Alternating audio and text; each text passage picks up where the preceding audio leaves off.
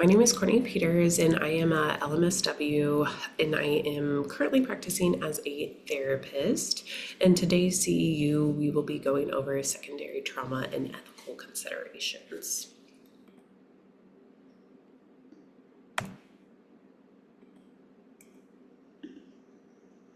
So the objectives for this CEU is just exploring the impact and symptoms of secondary trauma, really defining this and what it is and how it can show up for us in this profession. A review of the ethical guidelines dealing with secondary trauma for social workers, counselors, marriage and family therapists, and psychologists. Those are the four main ones I took a deep dive into as far as relating it back to what the Code of Ethics actually says for those four professions. And then lastly, learning ways to cope and minimize the effects of secondary trauma. And then at the end, we will also have a space to do 3 different exercises that I really just invite you to take the time that you set aside to watch the CEU and really practice and give space to some of those exercises. I will say it here at the top and probably a few more times throughout. The intention of this CEU is to not shame or guilt anyone that has felt these things, is currently feeling these things, or will potentially feel these things. It is a very normal experience to go through when we're sitting with people through some of the worst parts of their lives, and really sitting with them in that emotion so that they don't have to feel alone. And again, it's knowing the signs so that hopefully we can combat it before we're getting to the point where we feel like we need to step away from the profession. So starting out, just like, what are we talking about here? When I started this research project, I was just kind of bombarded with multiple different words that all nuanced in their own little way, but consisting of kind of the same theme. So vicarious trauma, trauma exposure response, burnout, compassion fatigue, empathetic strain, secondary trauma. Again, all meaning slightly different things or overlapping. For today's purposes, we will be using secondary trauma mostly, but please insert whatever one you feel comfortable with or feels like it speaks to you most. Okay, so the definition that I will be using for this presentation is secondary trauma is a stress response in reaction to hearing about or being witness to the firsthand traumatic experience of another. So kind of really focusing in on the stress response. So we hear things consistently from our clients of things that they have experienced, and then recognizing when that impacts us to the point that we are experiencing then a stress response or unable to disconnect from that client or that narrative after that session or the day is done.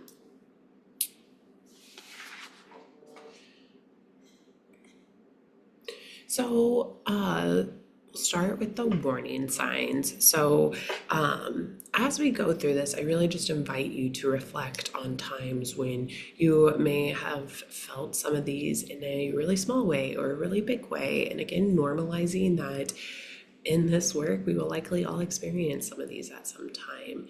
But it's really just recognizing that when we experience this, what can we do to remedy the situation or to intervene so we don't continue on that path. A large portion of this CEU came from the book Trauma Stewardship. Highly recommend it. It's by Laura Vandernoot Lipsky with Connie Burke.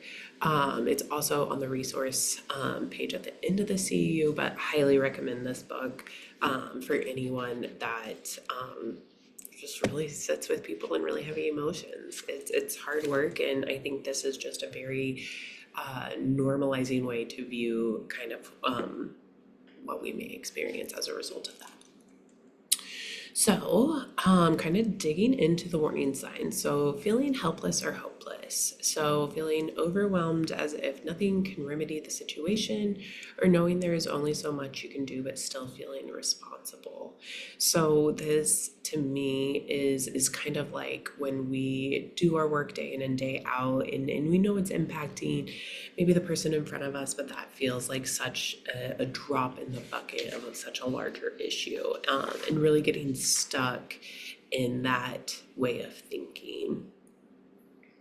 A sense that one can never do enough, so the not enoughness feeling, or that long to do list, the never ending to do list that we try diligently to check off, but it just always feels like there is something else to be done, and not being able to step away from that to do list at the end of the day or be more present with your people.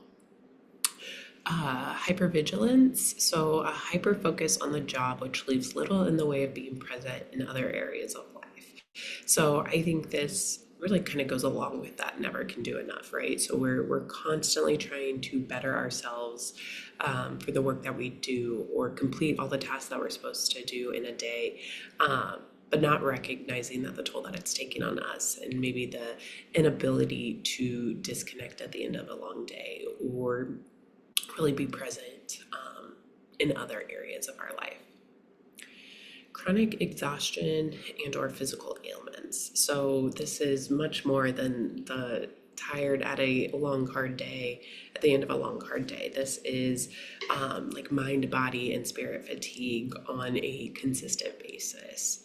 I also think of this as when we sometimes like deny listening to our bodies for so long that then it comes down with a cold, or something that's going to make us stop because we need to tune into ourselves, and take a step away when we are kind of feeling that. And sometimes our body will tell us that before our mind allows it.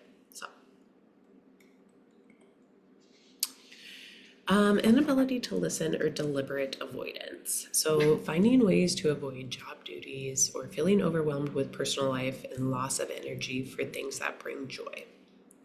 So I think of this as, maybe you have one session and you're hearing something that maybe it's too close to home, or was really significant, and your inability to like go into the next session and be fully present with your next client, which is something you likely do all the time, but maybe for whatever reason you're struggling with it that time. Or deliberate avoidance. So I think of this as, you have an hour to do 5 notes, but there's just this calling to avoid it and do anything else but those notes. Or you're doing a home visit and you're knocking super lightly in hopes that someone won't answer. All really tiny ways that can show up in recognizing the balance between, not doing a note during a break because you feel like you need to really be with yourself and center yourself and do something else that is meaningful to you, and then deliberately avoiding it for a longer period of time. And then being it accompanied by, I'm avoiding this note because I'm so overwhelmed and I can't do my work right now. And then too, like again, the loss of energy for things that bring joy. Are we saying no more and more to things that typically we would have said yes to and really felt energized with, because we're just not able to be people? I call it being peopled out, right? Like at the end of a long day or a really stressful situation. But over time, if we're not able to bounce back, recognizing that may be a sign that we're experiencing secondary trauma. Dissociative moments. So, this again, we know dissociation is a coping skill that our brain does to protect us, and just recognizing when it becomes too much, or because it's taking us outside of what we feel comfortable, either with a client or with ourselves or with our personal life. So I liked this definition, and again came from trauma stewardship, is cutting ourselves off from our internal experience in order to guard against sensations and emotions that could be overwhelming to our system. So again, recognizing that this is a way our brain tries to protect us, but when it's over functioning or functioning at a capacity that doesn't feel good to us, like how to keep it in check and recognize we maybe need to do an intervention or some self-care or something like that, which we'll get to later on. A sense of persecution. So a feeling of profound lack of efficacy in one's life. I thought this one was really interesting to learn a little bit more about. To me, in conceptualizing this one, I really think could apply for a lot of different areas, but one that really sticks out to me is when we're working within a system that we feel unfairly treats our clients, unfairly treats our community, or even like our peers, and really blaming things on that and not feeling like we are in control of our own lives or our own work, things of that nature. Guilt. So focusing on the disparities between your life and the life of those you serve or diminishing your own joy.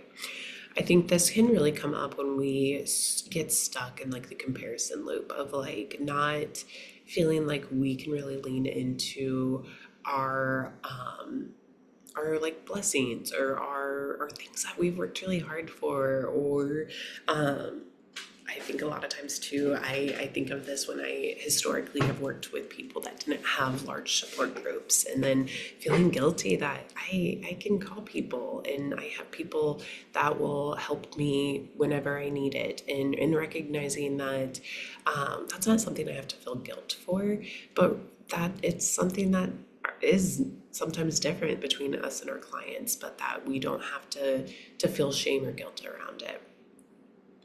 Diminished creativity, so less innovation, boredom, stagnation. I think a lot of times too, that is shying away from activities we enjoy, that maybe we have to tap into that part of our brain, but when we feel too taxed, we just can't. And so we step away from that, we distance ourselves from things that typically would have brought us joy.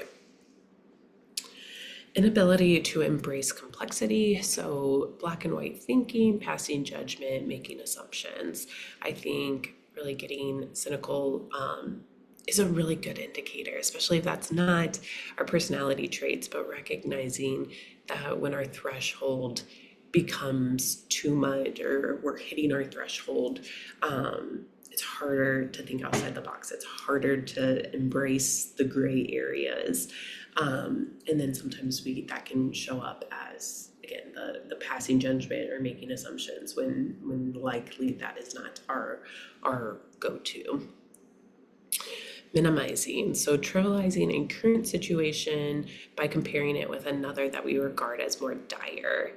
So in this, I think too, it can be within, client to client, hearing one trauma and then not being able to empathize in a way that feels good for you or your client, when the next experience doesn't feel as dire as the first one that you just heard, or minimizing. I think a lot of times this can show up in our personal relationships of like, oh, you had a hard day working on spreadsheets, right? But like recognizing that is its own complex beast, and that it can have stressful moments, and that maybe it doesn't compare to the traumatic experience that we sat with in a client, but it doesn't mean that we have to compare it and sit in that, which can just feel really gross for not only us, but our loved ones as well.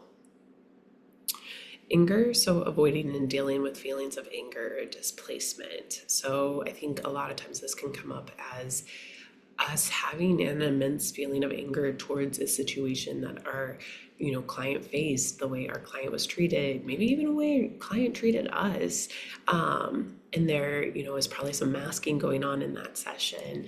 And then if we don't revisit that and kind of explore it a little bit more of why that's coming up to us, are we then going home and taking that out on our partners, our loved ones, things of that nature, that displacement. Fear. So as a result of our exposures to hardship, a lack of ability to process our fear.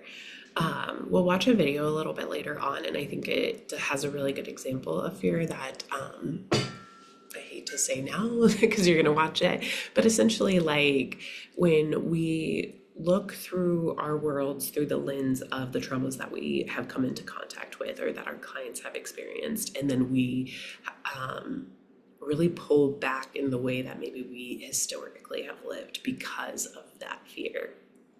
And again, just the inability to really explore that a little bit more. Why am I saying no to this when historically I would have said yes? And is it connected to a traumatic experience of a client or something of that nature? So, inability to empathize or numb. So, they included this together in the book.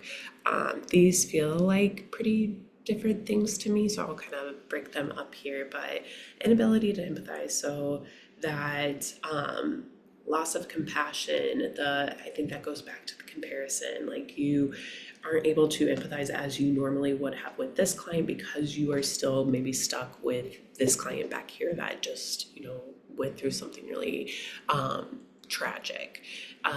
Or again, kind of inability to empathize with your loved ones in a way that historically you've been able to. Then numbing, so shutting down the mechanisms for registering feelings. Is this like we are again using all of our capacity while we're at work that then we're not able to register our own feelings or our loved ones' feelings or things of that nature outside of our job or even from client to client. Addictions. So attachment so strong that it persists despite our understanding of its potentially destructive nature. Drugs, alcohol, food, sex, adrenaline, really, chemical or behavioral. But are we seeking something outside of ourselves to cope with the internal worlds that are going on? And grandiosity. So, an inflated sense of importance related to one's work. So, I think of this as that, our jobs make up a part of our identity. But when it gets to the point where that feels like our whole identity, or that we feel an inflated sense of importance because of the work we do, are we falling into this grandiosity kind of trap and cycle? So now I am going to show a video that basically kind of reiterates some of the things that we've talked about previously, but I think it just says it in different words that I thought were helpful.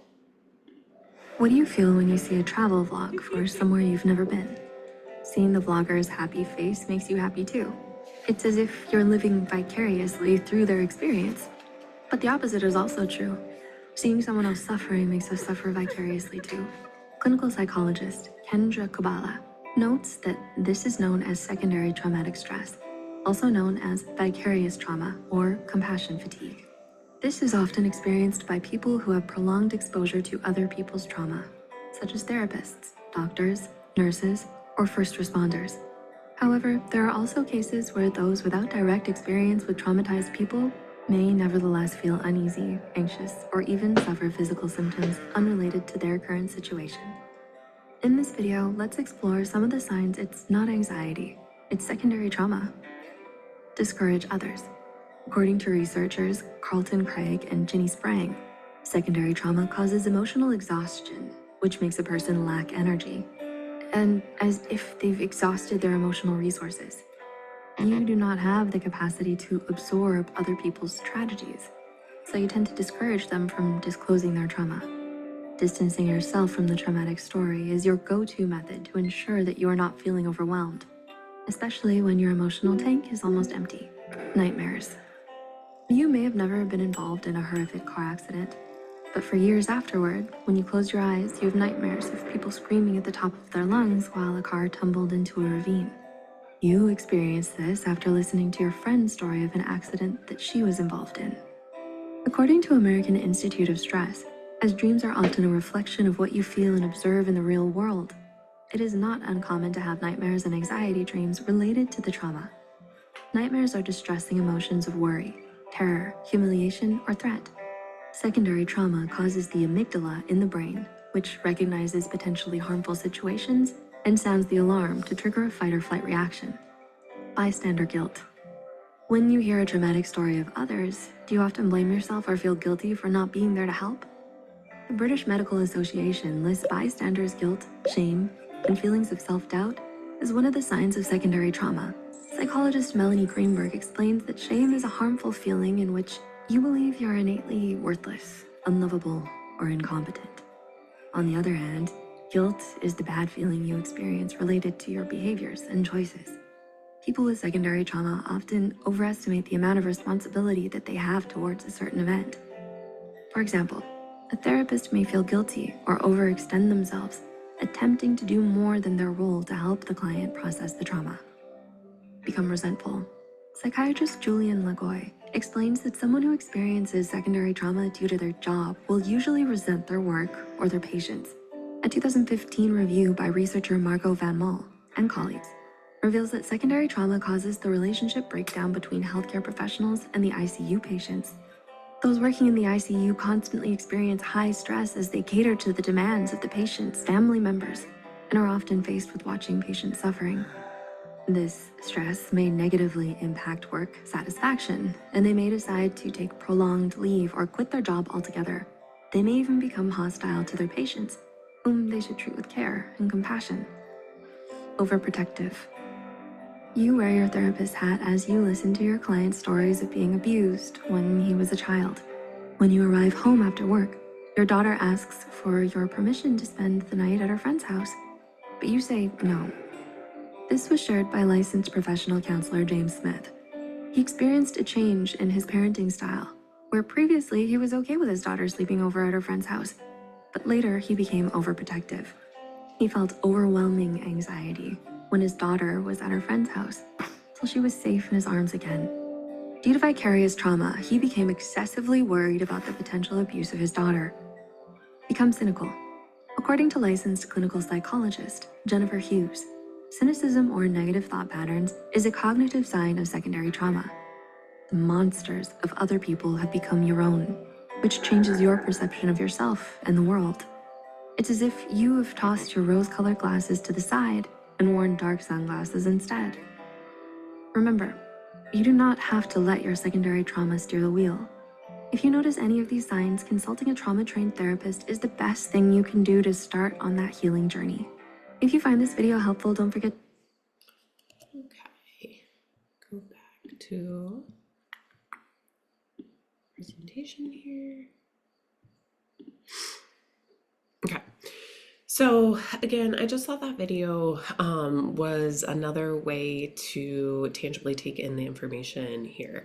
And I very much want to say that this is not an exhaustive list. And like, again, not shaming ourselves if we have experienced this or currently are experiencing, but recognizing it's such a normal part of the work we do, but knowing how it shows up for us and knowing ourselves well enough to know when we're getting to the point that we need to do something for ourselves.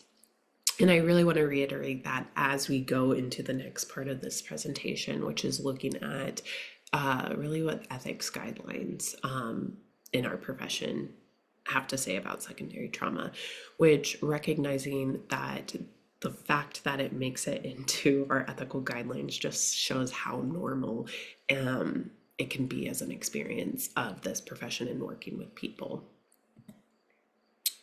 So first we'll look at ethical considerations for social workers. So this was taken out of the National Association of Social Workers, or NASW. So kind of first found within the value of integrity, specifically the ethical principle of social workers behaving in a trustworthy manner. So kind of the second sentence there is social workers should take measures to care for themselves professionally and personally.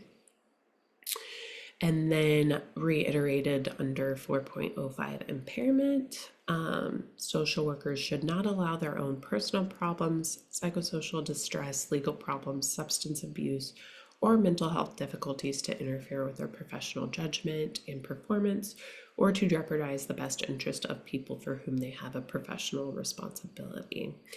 And then B, there is just like when we experience that, really seeking immediate consultation or taking appropriate action by seeking professional help, making adjustments in workload, terminating practice, or other necessary steps to protect clients. Again, normalizing that this may happen, but then what do we do to combat it so that it doesn't impact our clients or impact our work? Next, we'll look at the ethical considerations for professional counselors. So this was taken off of the American Counseling Association website, or the ACA Code of Ethics. It was found under impairment. So counselors monitor themselves for signs of impairment from their own physical, mental, or emotional problems and refrain from offering or providing professional services when impaired. They seek assistance for problems that reach the level of professional impairment, and if necessary, they limit, suspend, or terminate their professional responsibilities until it is determined that they may safely resume their work. Counselors assist colleagues and supervisors in recognizing their own professional impairment and provide consultation and assistance when warranted with colleagues or supervisors showing signs of impairment, and intervene as appropriate. So not only like a duty to ourselves to monitor what's going on for us, but then also like recognizing that we have this responsibility to our peers and cohorts and helping them when they also may be struggling. Next, we'll look at ethical considerations for marriage and family therapists. This was taken from the American Association for Marriage and Family Therapists, or the AAMFT.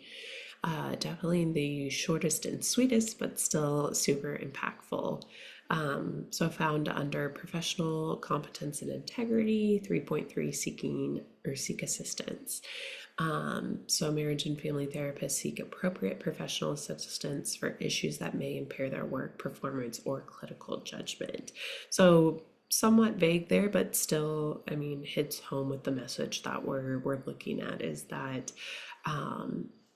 if our work is then impacting our internal world and impairing the work we do with clients or colleagues, recognizing that it's imperable to seek professional assistance or personal. Ethical considerations for psychologists. So this was taken from the American Psychological Association, or APA. This was found under section 2 of competence. So, and then subsection 2.06, personal problems and conflicts. So psychologists refrain from initiating an activity when they know or should know that there is a substantial likelihood that their personal problems will prevent them from performing their work-related activities in a competent manner. And then B, when psychologists become aware of personal problems that may interfere with their performing work-related duties adequately, they take appropriate measures, such as obtaining professional consultation, assistance, or determine whether they should limit, suspend, or terminate their work-related duties. So again, there is normalizing the fact that we may experience this, but then doing something about it when we recognize it's occurring. So next, we will move on to what can we do about it? So we recognize this is a normal part of the work, but then when we are experiencing these symptoms or, behaviors, then what can we kind of do about it? So, again, as we go through these, this presentation is for generic in a reason that I want people to be able to take what they can from it and then make it their own. But as we go through this, I really encourage you to reflect on, times in the past when you have felt these things, and what were you able to do to help you feel better or to help you get back to a place where you felt great about your work and in what you were doing. So just really know that this will be generic, but I want you to take this time that you've dedicated to listening to the CEU to really make it your own, and maybe even come up with a plan of like having the tools so that when you feel this again in the future, you already have things that you can go to, that you're not having to tap into the capacity that's already limited to then come up with some of these things. So, first is practicing self care and whatever this means to you. So, I feel like self care can be a really big buzzword, and I think recognizing that that is such an individualized thing. Another book that I want to recommend is called Real Self Care. I have it on the slide at the end of this, but the author does a really good job of separating out like a self care task and true self care. Um, for an example, if we like people can say yoga is self-care, right? But if we go to a yoga class and the entire time we're sitting on that mat, we are thinking of our long to-do list, or we are spiraling about the way we intervened with a client, versus, being able to compartmentalize that in a way that we can get back to that during supervision or during a time that is going to be helpful for us. And then actually, focusing on our breathing and experiencing mindfulness in the yoga class, like the way we will walk away from that yoga class is going to be completely different than the first one. So, just recognizing that self-care tasks do take some internal work in order to actually get the benefits from it. And the book does a really good job of diving into that a lot more nuance than I'm giving it credit for right here. But then really looking at the physical, mental, emotional, and spiritual care. And do we have our go-tos in each of those domains that feel really good that we can tap into when we're feeling lower or more run down, or that our capacity is shrinking and shrinking? Knowing your why and giving space to reflection in times of helplessness. So this is one of the exercises we will do later, so I'm not going to give it a lot of time right now, but basically it all circles back to knowing your why and recognizing that we do have a choice in doing this work. Doing your own inner work, so therapy, reflections, values work, etc.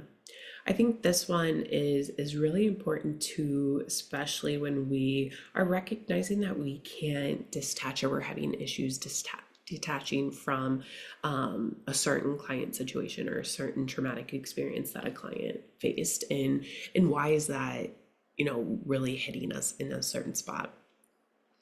The trauma stewardship book that I mentioned earlier talks also about trauma mastery, which was not a term I was familiar with prior to reading that book. But essentially, the theme that when we experience a trauma, we then revisit it in order to feel like we have a sense of control over the situation. So a lot of times we may see this in working with clients that have similar backgrounds to us or have experienced similar things. And are we doing this from a place of we want to be able to control what happened to us? Or does it feel like that is where we can tap into the empathy, and that's why. So just recognizing that is perfectly acceptable, and a lot of us end up doing that, but are we doing it in a sense of like trying to master our own trauma or other reasons? So again, highly recommend the book, and it goes a lot more into detail with that, but doing our own inner work so that that doesn't show up within our sessions. Having a plan B. So again, this kind of goes back to knowing that this is a choice that we are making to do this work. And I think having a plan B can be, those wild moments of like, yep, I'm quitting and I'm gonna be a barista at a bookstore and live my life that way. Or the plan B can be showing up to work differently, or how you want to navigate kind of your future and goals that way. Finding appropriate support when needed, so from colleagues, supervision, etc. This job can be so siloed in the sense of back-to-back sessions, or if we are truly in like a private practice and we don't have other people that we can touch base with in the 10 minutes between sessions, that type of thing. But finding your people, even if that is the case, that recognizing this is a job that we just need support, and we need to be able to lean on people and things of that nature. And I think just having the permission to take internal things to supervision as well. So if you are being triggered by something that's coming up in session, not being scared to take that to supervision because that is part of the work, and recognizing that when we explore a little bit more of that, we can then show up better for our clients and kind of limits the secondary trauma from taking that on if we're able to recognize what's kind of going on within that session. And then practicing compassion for self. This is another one that we'll do an exercise a little bit later, but I think this is when we talk to our clients, excuse me, about on a really regular basis, but oftentimes don't do great for ourselves. So how can we walk away from a session and really feel compassionate for the work that we did, even if we don't feel like it was our best work for this reason or that reason? Finding a work-life balance that works for you.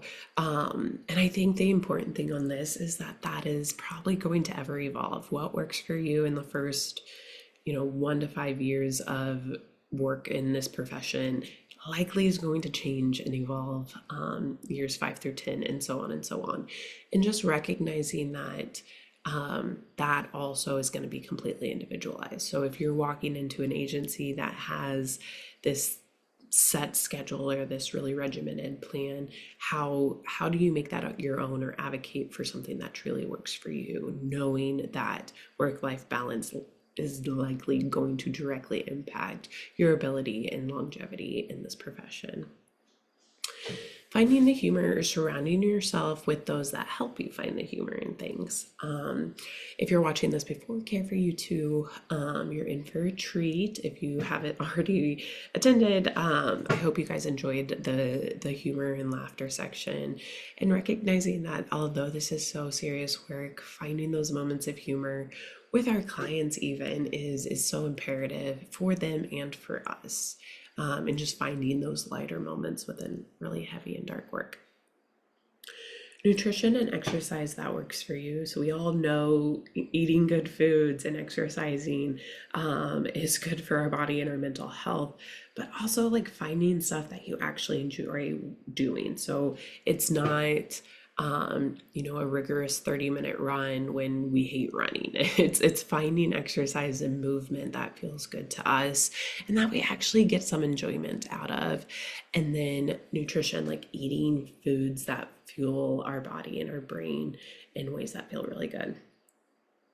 And also to like taking lunch breaks and eating throughout the day so that we have fuel for our brain to continuously show up for clients. And then giving times to the hobbies you enjoy. I think too, we can kind of get in a place with life of the work and then, family life and daily grind, and sometimes hobbies are the first thing that we can put on a shelf and say we'll get back to later, but recognizing that taking small moments even through the week to really lean into things that energize us can have a lasting impact. Meaningful connection. So we know how good connection is for just the mind, body, and soul. But recognizing that we may be experiencing secondary trauma if we're turning down a lot of connections that typically would energize or fuel us, and to finding that balance between saying no and knowing no is a complete sentence, but then also saying no when we can't do anything other than go to work and then crash on our bed at the end of the day. Just finding that balance. Boundaries. So knowing them, setting them, and maintaining them. We talk a lot about boundaries with clients, but are we also taking in that information and doing what we need to do for ourselves? And this can be boundaries inside work, boundaries with clients, with agencies we work for, or even within our personal lives. But knowing that that's directly going to impact our capacity to show up for ourselves and for our clients. And then rest.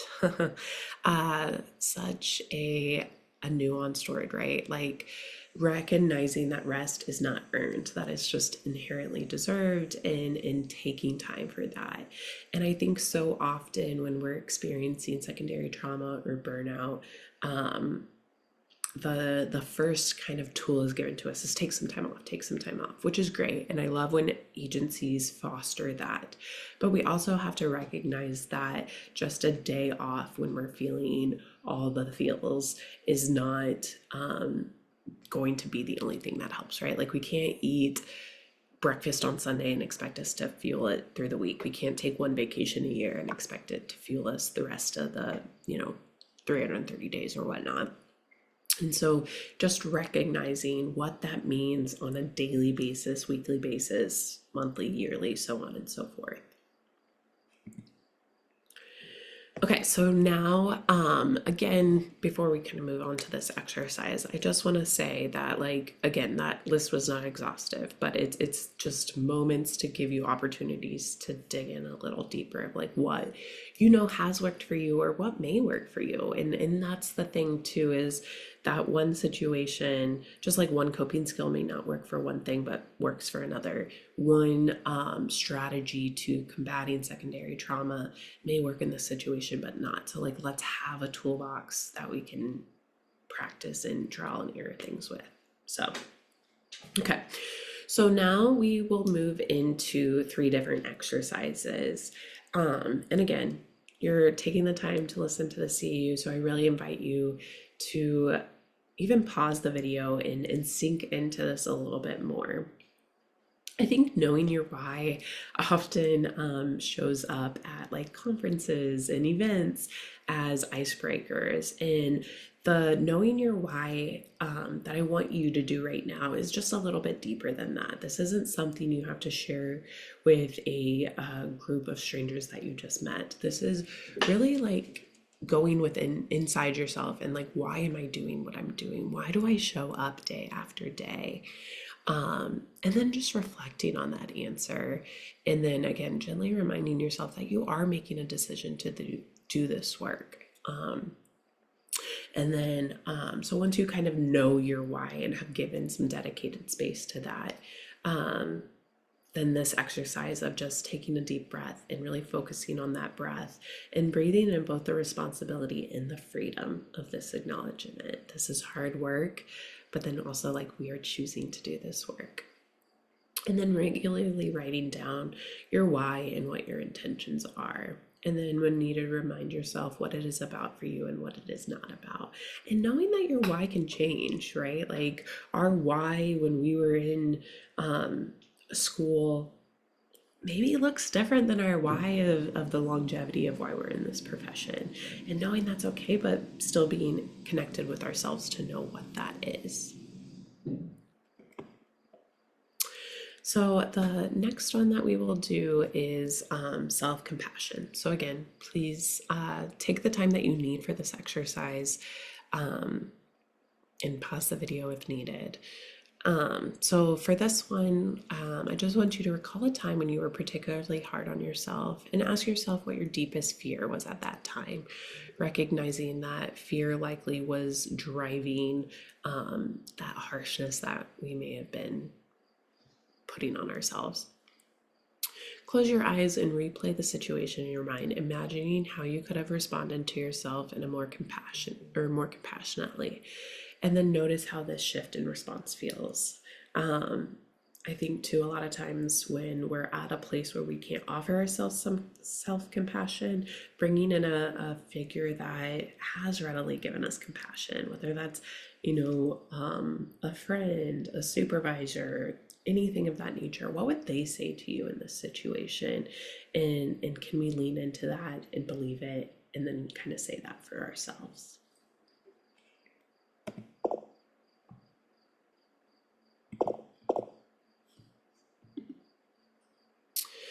Okay, and then the last exercise here is just a gratitude exercise. So there's been a lot of really cool like research in science done on how gratitude practice can kind of rewire and reshape our brain into looking for things that we can be grateful for throughout the day. And two, these exercises came from Trauma Stewardship. Again, highly recommend it.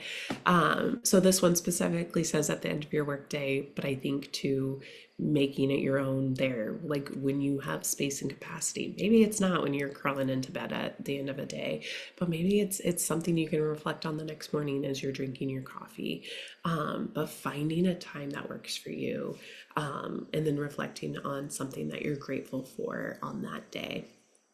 Big, small, doesn't matter, just something that you can say that you're grateful for. And I think specifically maybe making one of those things about work, like the way you showed up, the way you were able to confront or comfort a client in need, things of that nature. And then kind of expanding on that is advocating for your workplace or agency to create opportunities where you and your colleagues can express gratitude to one another. So during staff meetings or a bulletin board, just fostering a sense of like, we're in this together, we're not alone.